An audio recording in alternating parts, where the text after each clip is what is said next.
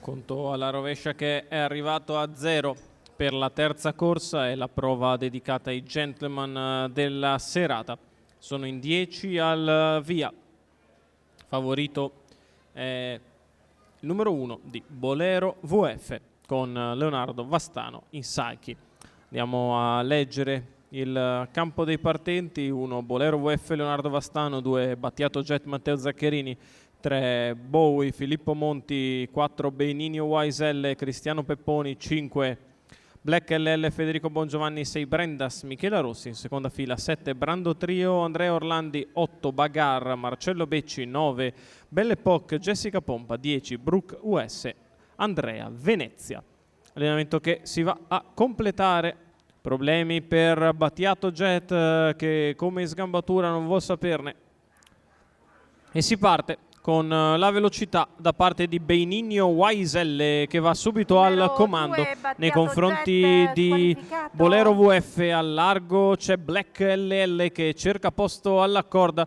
Terzo lungo i birilli è Brando Trio che precede Brendas che parcheggia, cerca di parcheggiare alla corda, mentre prova a insistere all'esterno Black LL per ottenere strada da Benigno Waiselle dopo un 15,3 per i primi 200 metri di corsa. Non c'è ovviamente il lascia passare, Black LL deve rimanere allo scoperto. Benigno Waiselle che completa così in 29,6 i primi 400 metri di corsa all'avanguardia. All'esterno Black LL lungo la corda, Bolero VF avanti a Brando Trio.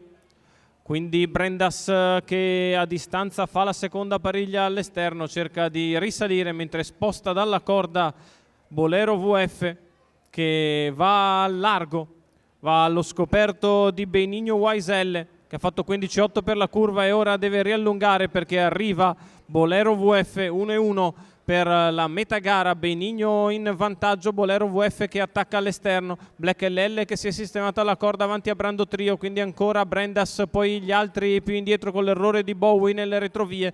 Il chilometro passato in 1,15,8 da Benigno Waiselle che ha ribattuto al primo tentativo da parte di Bolero VF che si deve un attimo adeguare perché l'andatura non è più quella precisa dei primi metri a 400 dalla conclusione. Benigno Waiselle fa la dritta di là in 14,3 e ha messo in difficoltà Bolero VF che si deve riorganizzare sulla curva. Ancora Black LL in terza posizione avanti a Brando Trio, gli altri più indietro con Benigno Waiselle che ha preso margine di vantaggio nei confronti di Bolero VF e conclude l'ultima piegata in 15 abbondante, ma tanto basta per aver staccato definitivamente da Bolero VF, aver completato il coast to coast. Benigno Waiselle e Cristiano Pepponi portano a casa la vittoria nei confronti di Black LL che sul palo potrebbe aver giustiziato Bolero VF, ma questo è da rivedere. 39 la chiusa, l'esultanza di Cristiano Pepponi. Il training da programma è quello di Giuseppe De Filippis, i colori della scuderia Starlight,